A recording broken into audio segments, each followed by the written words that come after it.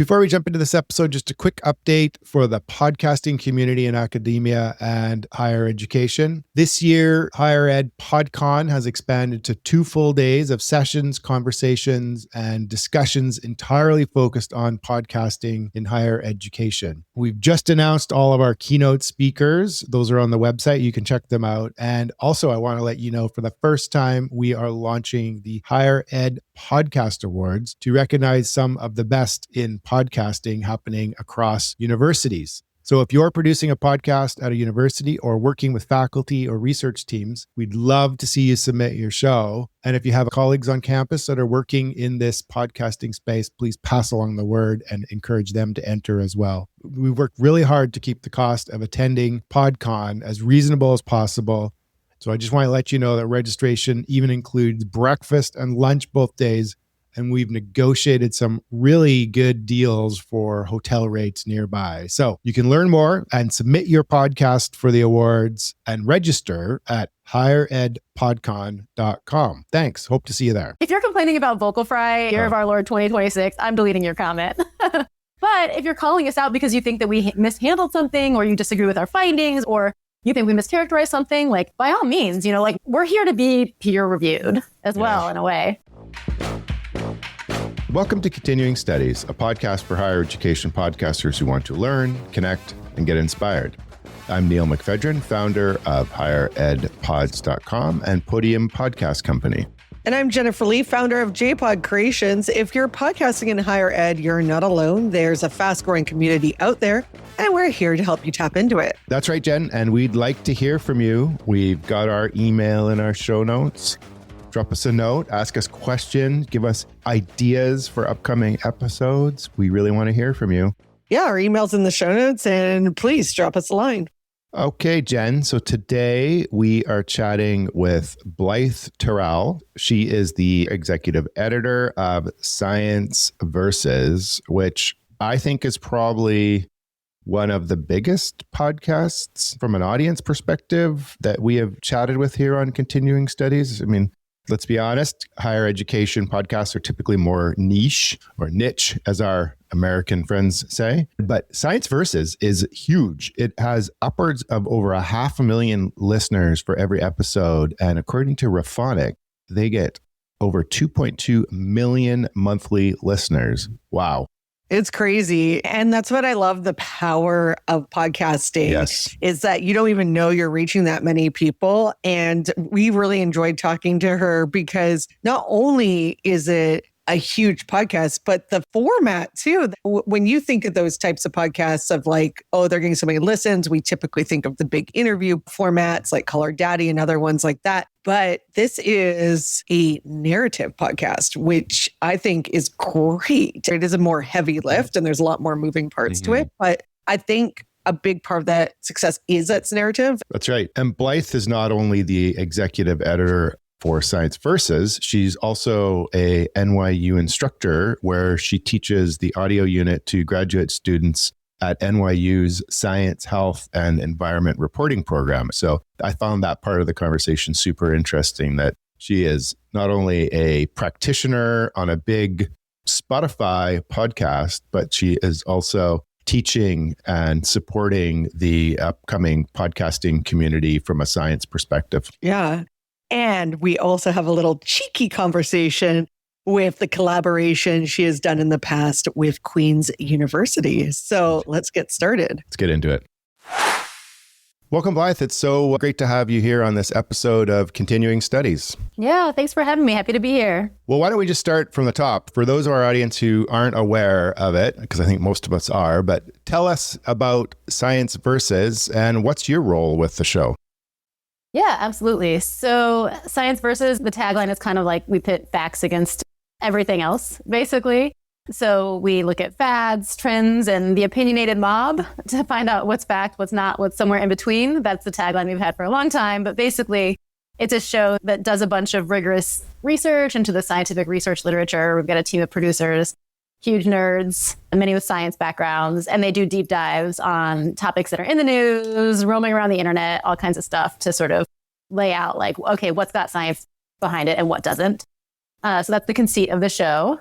started by Wendy Zuckerman, who's in Australia. And I am the editor of that show, which I've been doing for about 8+ years now. And a lot of the higher ed podcasters we interview are more straight up like this show, more interview style. We do come across some more narrative and whatnot, but Science Versus is a bit different, right? You're creating more stories and you're going deeper. You're kind of jumping in and out of an interview and grabbing clips. I guess what I'm getting at is there's a lot more editing and there's a lot more of a team involved. Maybe you can just sort of fill us in on a bit of that. Yeah, our process is a huge pain. So yes, absolutely. We are a narrative show. We sort of try to do some storytelling around the science. And a lot of times that means, like walking through a specific study with a particular researcher in the first half of the show. And then the back half of the show, we're hearing from somebody else, sometimes as many as 4 scientists who are sort of walking us through the story of their research, how they sort of came to a particular conclusion.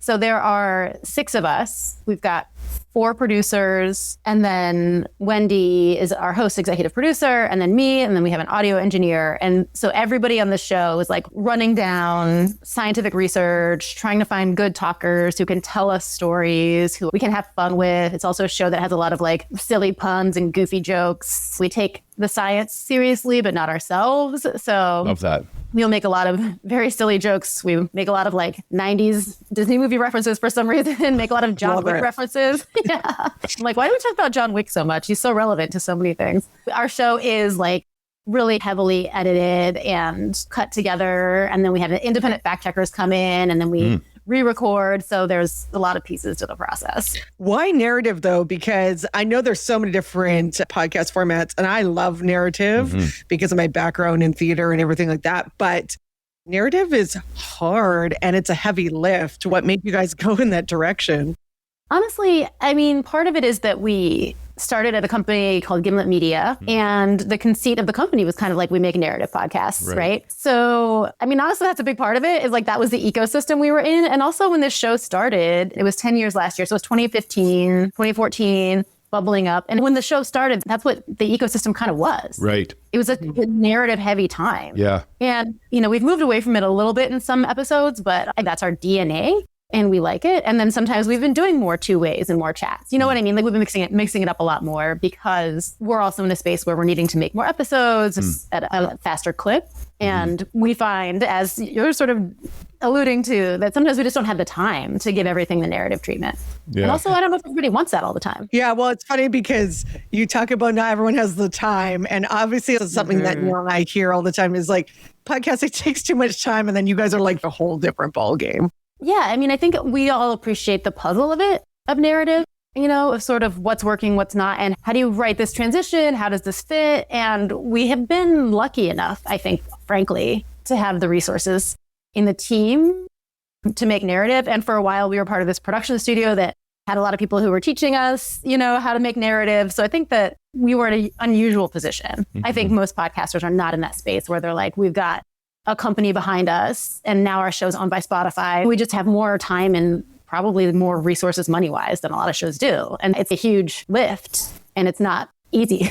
Yeah. So, I mean, none of it's easy, but that being said, I'm really glad that there are production companies out there that do a narrative, because I think that's the one thing that I worry about with podcasting is that sometimes we all just get into the interview format because it's the one we see a lot. And there's so many great different types of podcasting out there. Yeah. For us, some days we're like, why do we make our lives so hard? But I think that's what sets the podcast apart. And I think that as a listener, I truly like that part of it. I think for academia, actually, more narrative would be better. When you're digging into like what you're tackling a topic, you're not bringing on a guest with a book necessarily, right? And I think that's a totally different frame of reference. And I think in academia, your way in makes a lot of sense and it's science focused. And so there's something you've observed or there's a problem or you want to dig into something. You might need to talk to 4 different researchers about it to really properly get into that topic, right? So I think the conundrum for higher education and academia is budget. And without as much budget, it's hard to do in a narrative style, and it's hard to chase down a story properly and interview 4 researchers. Yeah. And, I joke about this, or maybe it's not really a joke. I mean, I say that every one of our episodes is like an undergraduate thesis in terms of the amount of research that goes into it. You know, we tell everybody how many citations we have. We release them publicly. We release our transcripts fully cited. We have independent fact checkers holding our feet to the fire. You know, we're tweaking words. We're like, it's percentage point, not percent. Like, we're really in there. We still make mistakes, but we are trying to make sure that like we're representing all the research correctly. And what we really are trying to do is to give people a glimpse of the research landscape. So, you know, if you're covering a topic like autism, for example, like we did the autism episode last year, a couple of them. And it's like, we have to talk to 4 researchers. Our audience expectation is that like, you're going to give me depth. Right. And so a lot of times we're like, okay, this is going to be a project, like buckle up. Here we go. I'm curious because I come from a radio background. So obviously we get a lot of feedback and commentary, and especially with the topics that you guys are diving into, like autism. Do you guys get a lot of polarizing comments? I mean, yes. We get comments, we get emails, people being mad on the internet, which is their right to be. But what's interesting is that we find sometimes we get comments and we're like, yeah, you know what? They're right.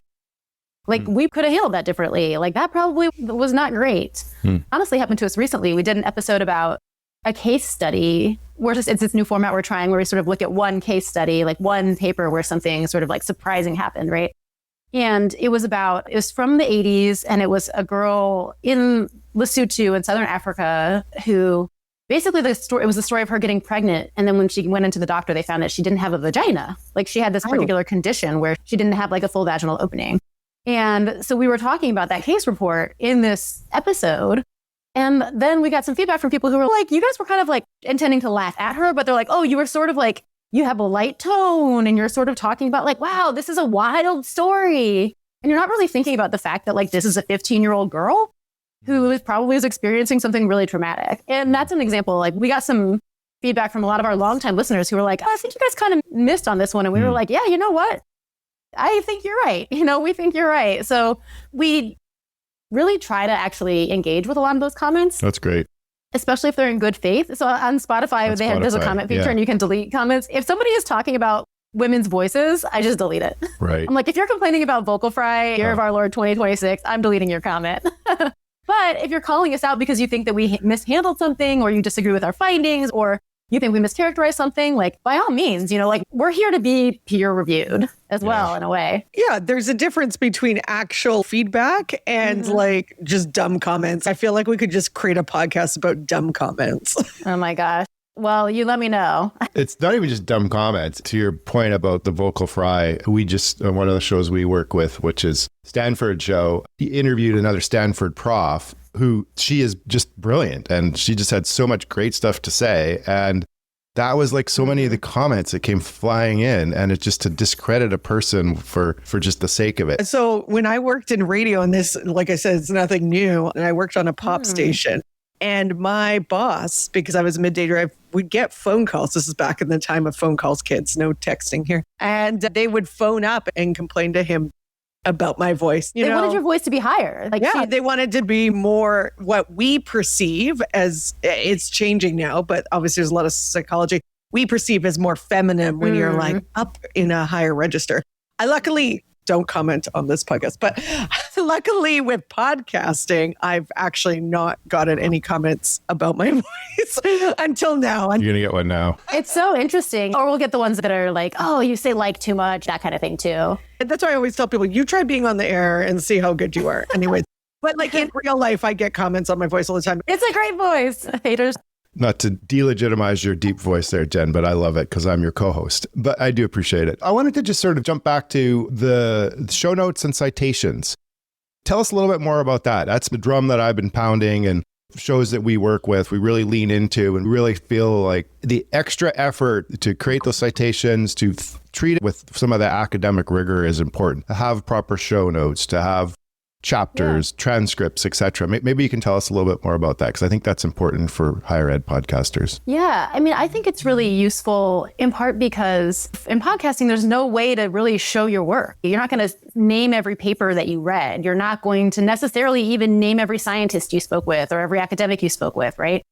There's not a way for people to get that information. And so they also don't know the depth of research that you did. And that's kind of what we were finding. Oh, yeah. You know, we sort of had people coming to us and saying, well, you came to this conclusion, but it seemed like you got there really quickly. And we were thinking about that and thinking like, you know what, maybe we're not showing our work enough. Maybe they don't understand that we are doing a lot of research. And you can say things like, yeah, I talked to 10 different scientists about this. Those things are helpful. But we realized that it was helpful to our listeners to feel as though they were getting the depth of research that we knew that we were giving them. And we got a really great reception to it. I mean, a lot of people will respond to us, or we'll have kids who are like, this really helped with my paper on this stuff. Perfect. Which is fine and great. But I think what we realized is that it really helped people understand the work that was going into it because it's so invisible in audio a lot of the time. And then having the transcription too, they could just see it. We're not trying to hide behind anything. Or if you look at our citation and you're like, I think you mischaracterized that paper, let us know. And that has happened too. I mean, again, we find that we benefit from that level of transparency also, because if people want to look, they can, and we're not perfect. Maybe we did mess something up, And I think it just added some additional legitimacy to the research that we were doing on the show. And I would recommend it. Back to the more work, but it's valuable work. And it's work that I think coming from an academic background, and our audience here is higher education podcasters. So I am glad that you shared that. And I think that there's some just built beyond search. And I think that's kind of the thing that gets sort of chucked around in podcasting. Shove more into your show notes because it helps you with search in the apps, but your team is coming at it from a completely different reason, and it's more of an academic rigor perspective. Yeah, I think it's so important. Sometimes people just don't even want to do the show notes and the transcripts now because some of the platforms that you're on, they charge you to upgrade to put your transcript or things on. So if they're first trying and they have a budget, especially higher ed, we know sometimes the budgets are tight. Yeah. People are like, well, I don't need to do that. And you're like, well, we can set it up properly or not. Because again, that it's not just searchability for us. It's something that I hope doesn't go away, but we'll see. Yeah, absolutely. I mean, we'll make a public transcript as a Google Doc. We'll put it like a tiny URL into the show notes. And so just directing people to that space. But yeah, I get it. Because you really do kind of have to fact check that, right? Like if you're putting it out and presenting it as like, okay, here's the work, you can't be casual about it if you really want people to find that utility. But I think we found it to be really useful. And our transcripts, they're like popping up on Reddit or wherever. Yep. And we see people using them in different ways, which we're glad about. I mean, the whole point of our show is like, we want to get the best science that we can find out there. So like the more places it can go, the better. And I like the fact that students use it too, because I've talked about this before. I've heard coffee shop conversations of teachers being like, they're worried that kids are using too much AI without thinking. So the fact that they're listening to your show and grabbing the transcript, but they're at least like finding other sources besides just AI. We're like transcripts made by humans for humans. So not only are you one of the executive producers on Science Versus, but you also teach at NYU. Maybe you could tell us a little bit about that. That's so I cool. do. So I've been teaching at NYU for about 4 years, and I currently teach, they have a science, health, and environmental reporting program. And it's a graduate program for master's students who want to become science journalists. And so I've been teaching their audio unit for the past 4 years. And I also teach a course at NYU. I teach podcasting to master's and PhD science students. Oh. So those students can be from any field, any science field at all. And if they're interested in podcasting, in being on a podcast, like as a guest and speaking about the research, I teach a workshop for them as well. They're both really fun. I love teaching both of these courses. It's been great. That's excellent. So those are courses which are not part of a podcasting program per se. They're courses that are part of the science stream or sort of thing. Is that correct? Yeah. The Science, Health, and Environmental Reporting Program one is right. That's for journalists. And it's the only audio course that they do as part of that, unless they want to NYU also has an audio program that's separate. So if they want to go on to do more audio, they can. But what I teach is just sort of like this part of when they're learning everything. They're doing writing courses, they're doing video courses, they're sort of doing investigative stuff.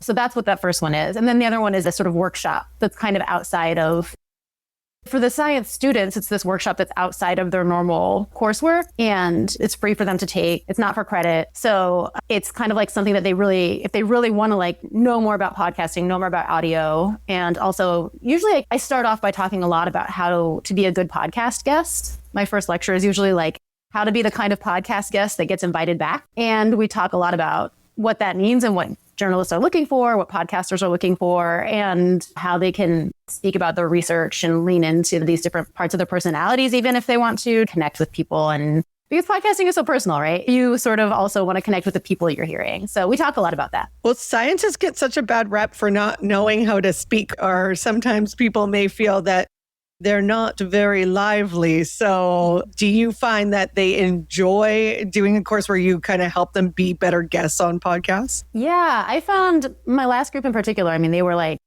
it was a Friday morning class. It was 3 hours. They were like the Breakfast Club by the end. It's like they're all texting each other. But they all get excited about it because I think it's a space where they can step outside of their lab or their regular coursework. The stakes are low, frankly, because it's not a graded situation. So they can kind of have fun.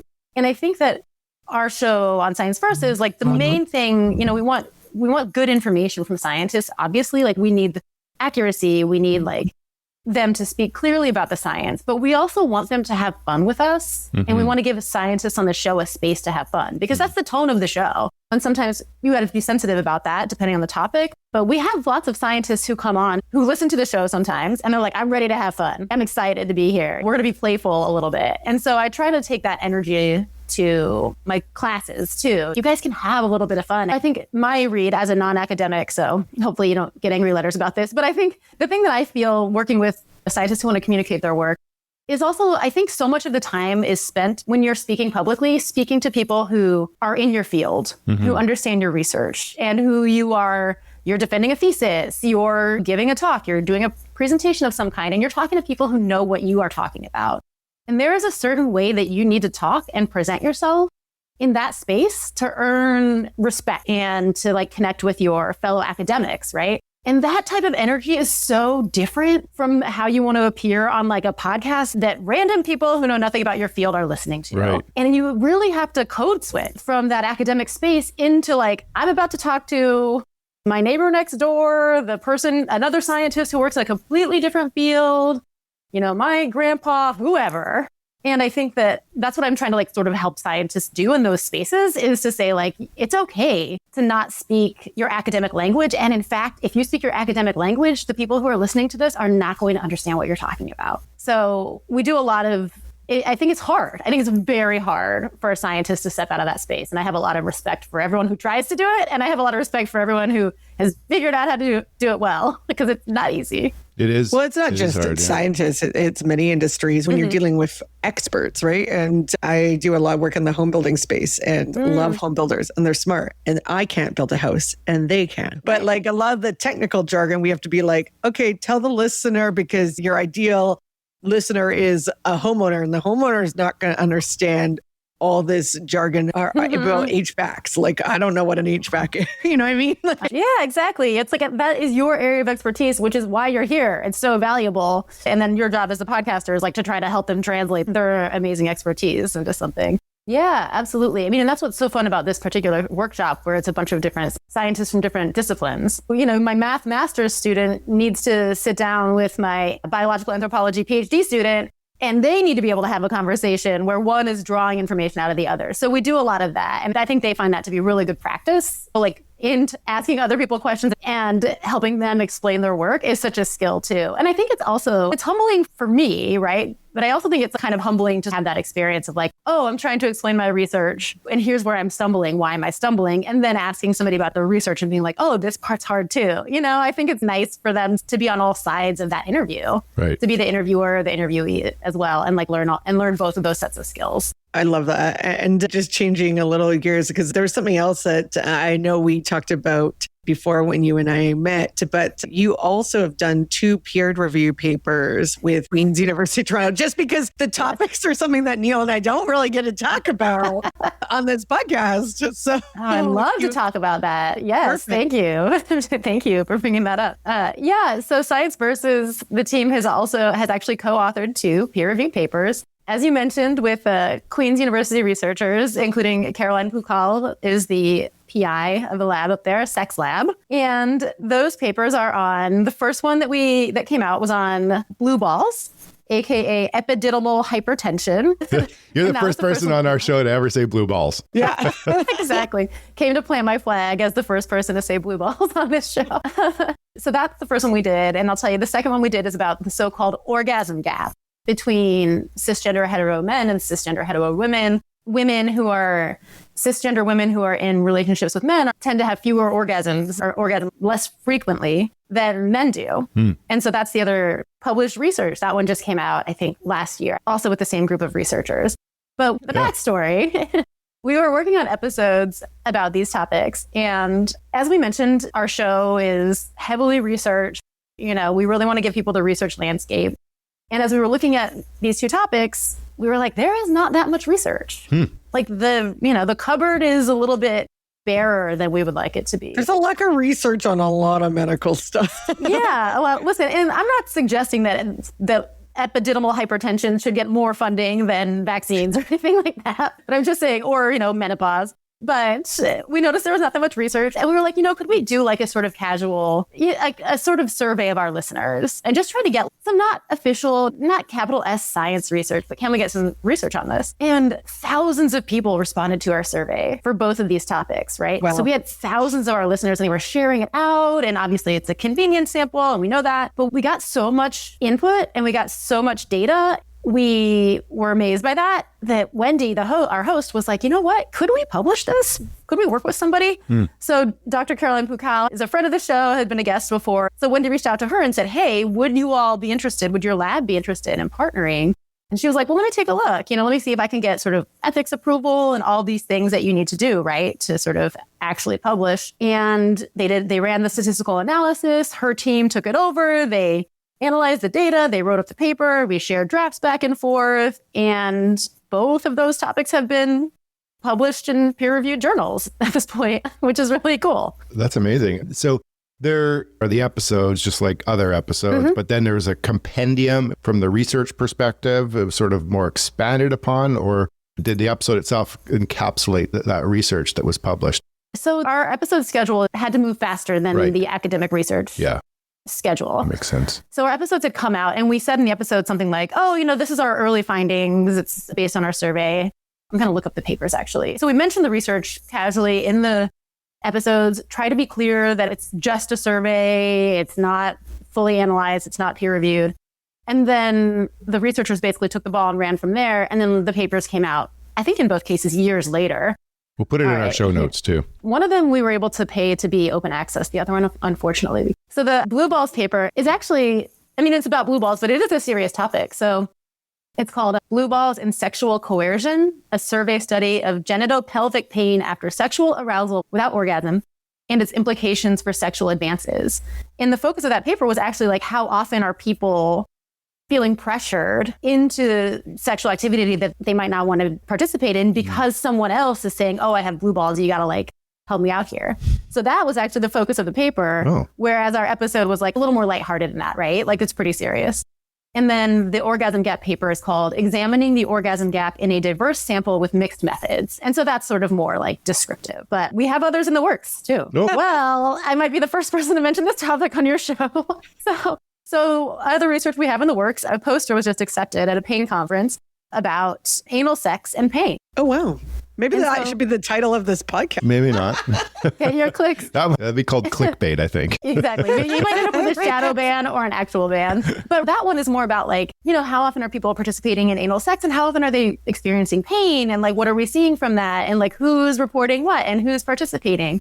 And I think we had thousands, I should double check, but I think it was more than 10,000 responses to that survey.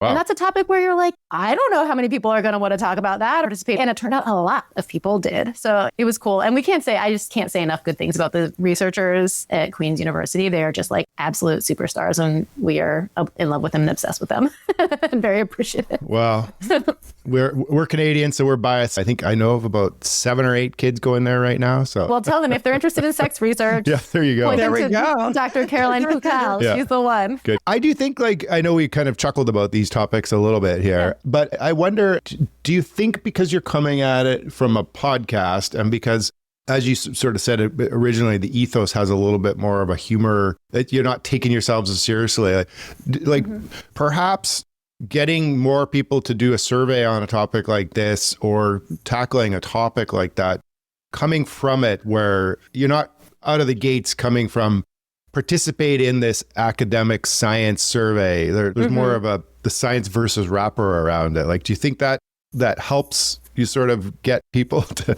participate? I think there is an element of that. So first of all, we have great listeners who've stuck with us for many years. They are wonderful. And I think part of it is we call out and say like, hey, do you want to help participate in some science? Whether it becomes an actual published paper or not. I think they get excited about that. So we do have kind of an existing audience of people who love science, interested in science, and who love these topics. We do a lot of topics about sexual health on the show, and we find that they do really well. Listeners, a lot of them, they get really excited. So I think that's part of it. But I think it sounds a little bit intimidating to join a research study. Yeah. And it's like, am I going to have to talk to somebody? Do I have to fill out a survey with somebody with a clipboard? These are also online surveys, and it's a little bit easier to fill that out about a sensitive topic, right? I think we have a big, strong nerd community, and I think that's a real asset. I also think that people just want to be more vocal now too, and talk about these topics, because there's so much. Before, things were taboo, and even just with different health things I've gone through in the last few years, it's like, we all want to talk about it, and we want a community, and it's okay to talk about these things, where before it was like, don't talk about your health. And it's like, wait, I'm not crazy because you're also talking about it.